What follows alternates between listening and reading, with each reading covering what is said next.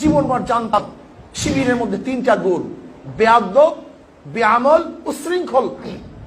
বেয়াদব, বেআমল, উশৃঙ্খল, এই তিনটা ছিল শিবিরের আখলাক, চরিত্র। এটা ছিল বেয়াদব। আব্বাজান রহমাতুল্লাহ আলাইহি এক মাহফিলে গেছে। মাহফিলে যাওয়ার পরে আব্বাজান রহমাতুল্লাহ আলাইহি যখন বলছেন যে শিবিরের মধ্যে তো তিনটা চিহ্ন, বেয়াদব, বেআমল, উশৃঙ্খল, এর মধ্যে একটা আছে লাভ দিওস। হুজুর কে বলছে আপনাকে? আপনি কিভাবে দেখছেন? আপনি কিভাবে বুঝলেন?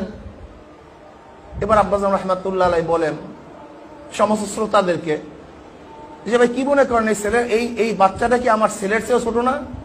বলে হ্যাঁ। আমার সাথে যেইভাবে কথা বলতেছে এটা আদব না বেয়াদবি? বলে হুজুর বেয়াদবি। বলে দেখেন তোর দাঁড়িয়ে আছে? বলে না। তোর টুপি? না। সুন্নতি জামা? করে নেই। বেয়ামন আছে?